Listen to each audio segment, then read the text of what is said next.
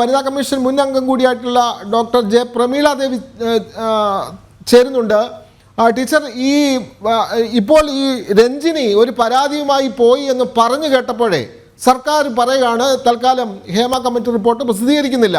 സാംസ്കാരിക മന്ത്രി വലിയ അവകാശവാദത്തിൽ പറഞ്ഞത് ഞങ്ങൾ ഇതെല്ലാം പ്രസിദ്ധീകരിക്കും, ഞങ്ങൾക്കിതൊന്നും പ്രശ്നമല്ല എന്നൊക്കെ പറഞ്ഞ് മാധ്യമങ്ങളോട് പറഞ്ഞ സർക്കാർ തന്നെ ഇപ്പോൾ ഒരു ഹർജി ആരോ കൊണ്ടുപോകുന്നു എന്ന് കേട്ടിട്ട് തൽക്കാലം വേണ്ട എന്നങ്ങ് തീരുമാനിക്കുകയാണ്. കോടതിയൊന്നും പറഞ്ഞിട്ടില്ല, കോടതി ഇത് പ്രസിദ്ധീകരിച്ചോളൂ എന്ന് പറഞ്ഞതാണ്.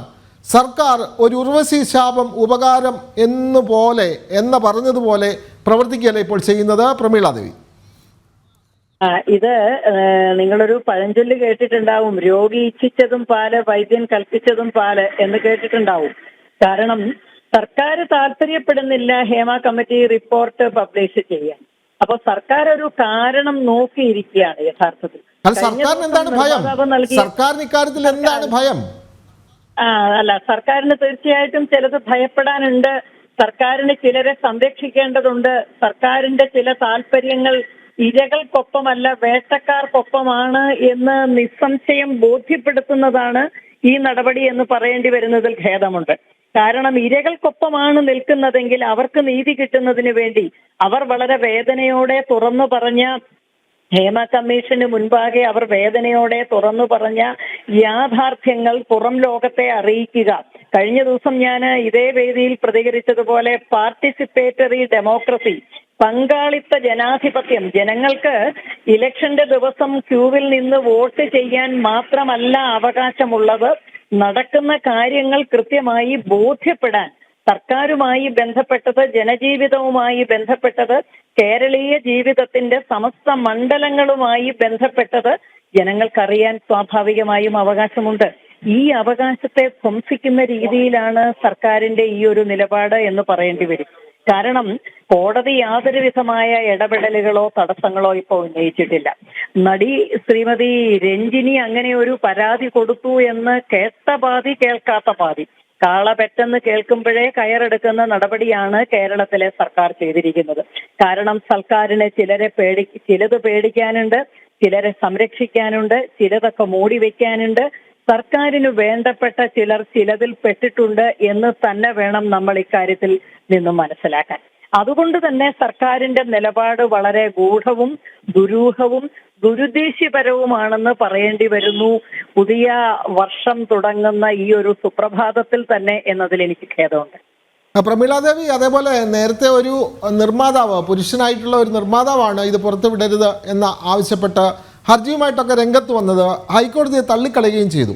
ഇപ്പോൾ ഒരു വനിതാ നടി തന്നെയാണ് ഇത് പുറത്തുവിടരുത് എന്ന് പറഞ്ഞ് രംഗത്ത് വരുന്നത്. അപ്പോൾ ഇതിലൊക്കെ ചില ദുരൂഹതകളില്ലേ? കാരണം ഇത് പ്രസിദ്ധീകരിക്കാമെന്ന് കോടതി പറഞ്ഞു കഴിഞ്ഞ ശേഷം പിന്നീടൊരു നടി പരാതിയുമായി രംഗത്ത് വരുന്നു. അത് കേട്ട പാതി കേൾക്കാത്ത പാതി, സർക്കാർ ഉടനെ അത് പ്രസിദ്ധീകരിക്കേണ്ട എന്നൊക്കെ തീരുമാനിക്കുന്നു.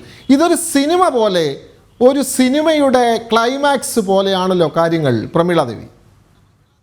തീർച്ചയായിട്ടും. കാരണം നമ്മൾ ഒരു കാര്യം മനസ്സിലാക്കേണ്ടത്, ഇതിനകത്ത് ആദ്യ ഹർജിക്കാരനായ ശ്രീ സജിമോൻ പാറയിൽ എന്ന നിർമ്മാതാവാണെങ്കിലും ശരി, ഇപ്പോഴത്തെ ഹർജിക്കാരി ശ്രീമതി രഞ്ജിനി എന്ന നടിയാണെങ്കിലും ശരി, ഇവരൊക്കെ ചില പ്രതീകങ്ങൾ മാത്രമാണ് എന്ന് നമ്മൾ മനസ്സിലാക്കുന്നതാവും ഉചിതം എന്നെനിക്ക് തോന്നുന്നു.